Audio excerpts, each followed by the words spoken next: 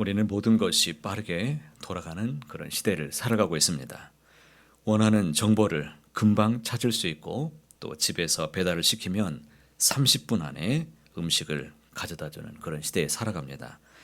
우리는 즉각적인 결과에 너무 많이 익숙해져 있습니다. 그런데 이런 문화는 우리의 신앙생활에도 영향을 미친다는 것이죠. 우리는 기도하면 곧바로 응답받기를 원하고 또 말씀을 읽으면 즉시 변화되기를 기대합니다. 전도하면 당장 열매가 보이기를 바라고 또 자녀가 교회에 나오면 또 금방 달라지기를 소망합니다.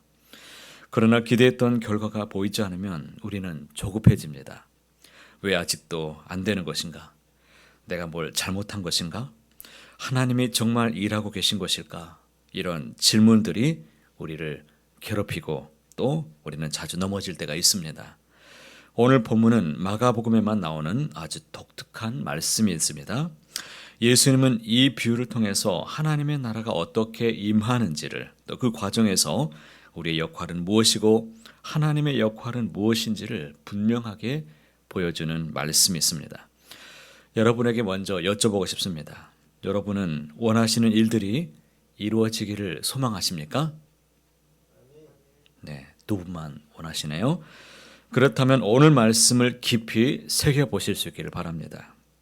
예수님은 분명하게 우리에게 말씀하십니다. 26절에 하나님의 나라는 사람이 씨를 땅에 뿌림과 같으니 라고 했는데 이 말씀은 오직 마가복음에만 나옵니다.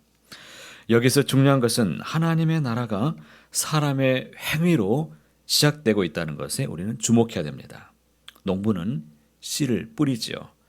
농부가 씨를 뿌리지 않으면 아무 일도 일어나지 않습니다. 아무리 좋은 땅이 있어도 아무리 비가 많이 내려도 씨가 뿌려지지 않는 곳에는 열매가 없고 또 추수도 없다는 것입니다. 그렇다면 이 씨는 무엇을 의미하는 것일까요? 14절 말씀 보시면 예수님은 뿌리는 자는 말씀을 뿌리는 것이라 라고 분명하게 말씀하셨습니다. 그러나 더 넓은 의미에서 보면 이 씨는 하나님 나라의 복음 전체를 가리키고 있다는 것에 우리는 또 말씀을 살펴봐야 됩니다.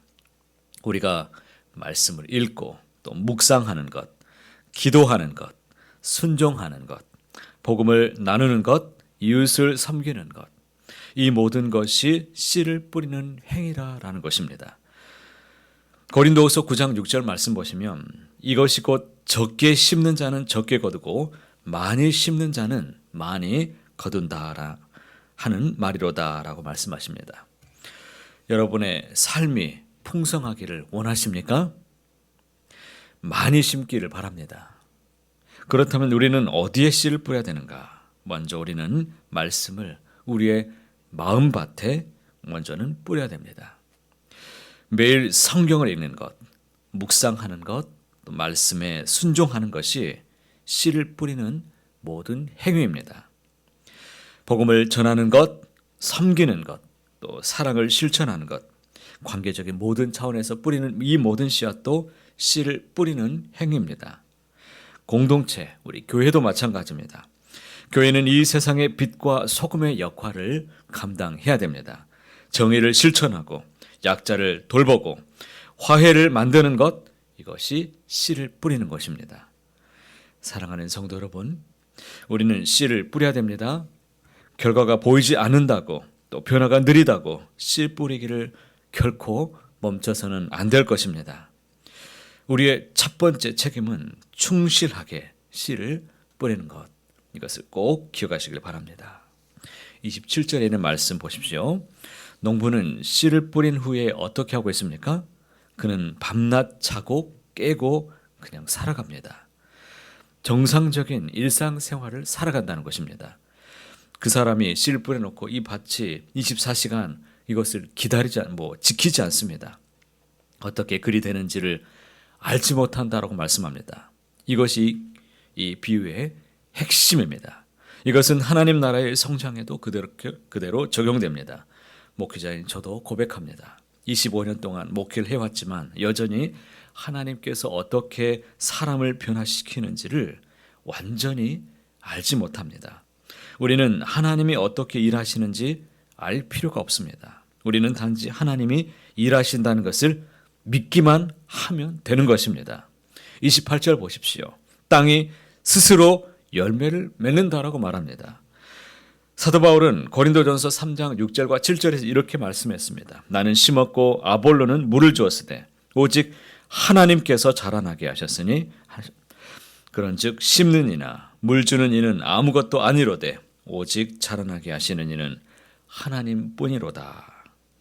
우리가 심으면 하나님이 열매를 주실 줄 믿습니다. 이 비유는 여기서 끝나지 않습니다. 29절에 있는 말씀 함께 읽어보겠습니다. 열매가 익으면 곧 낫을 때나니 이는 주스 때가 이르렀습니다. 농부는 씨가 자라는 모든 과정을 통제하지 못하지만 추수할 때는 분별해야 됩니다. 곧 이렇게 말하죠.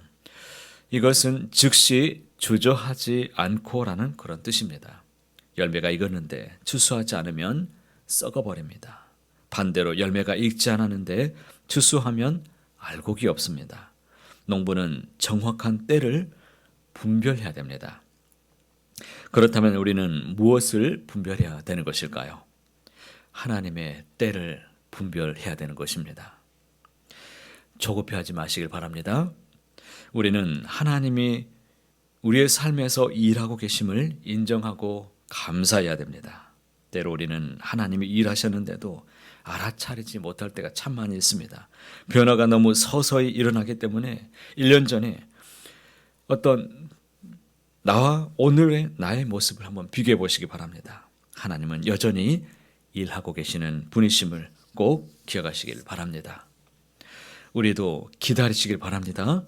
하나님이 일하시는 것을 민감하게 감지하면서 그분의 때를 기다리면서 동시에 그 때가 왔을 때 즉시 반응할 수 있도록 준비되어 있기를 바랍니다.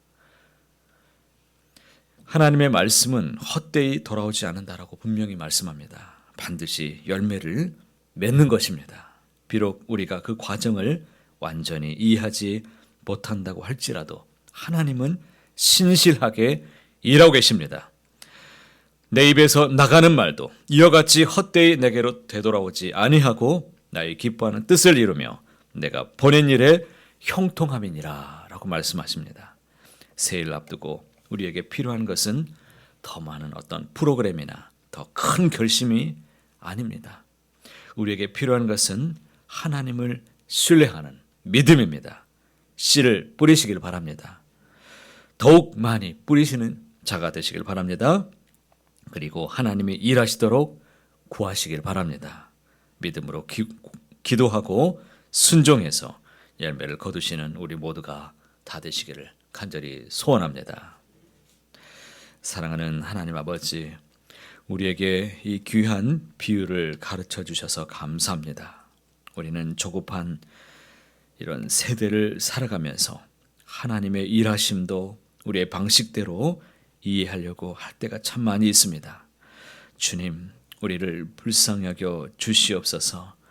우리에게 씨 뿌리는 충성된 마음을 허락해 주시고 하나님을 신뢰하는 인내함을 허락하여 주옵소서. 때를 분별하는 지혜도 우리에게 허락하여 주시옵소서. 우리가 알지 못하는 사이에도 하나님은 여전히 일하고 계심을 믿습니다. 우리의 작은 순종을 통해 하나님의 나라가 이 땅에 임하게 하옵소서. 우리 주 예수님의 이름으로 간절히 기도하옵나이다. 아멘. 오늘도 주신 말씀을 붙잡고 기도하시길 바랍니다. 오늘은 특별히 교구와 구역을 위해서 기도하는 날입니다. 구역 모임 또 구역의 지도자들 위해서, 구역의 식구들 위해서 부지런히 여러분 형편을 돌아보시고 기도하시길 바랍니다. 하나님께서 뿌려진 모든 씨앗에 하나님이 생명력을 더하시고 풍성한 열매로 인도해 주실 것을 믿습니다. 여러분 가지고 오신 기도 제목 가지고 간절히 기도하시다가 오늘도 은혜로 풍성한 날 다 되시기를 간절히 소망합니다.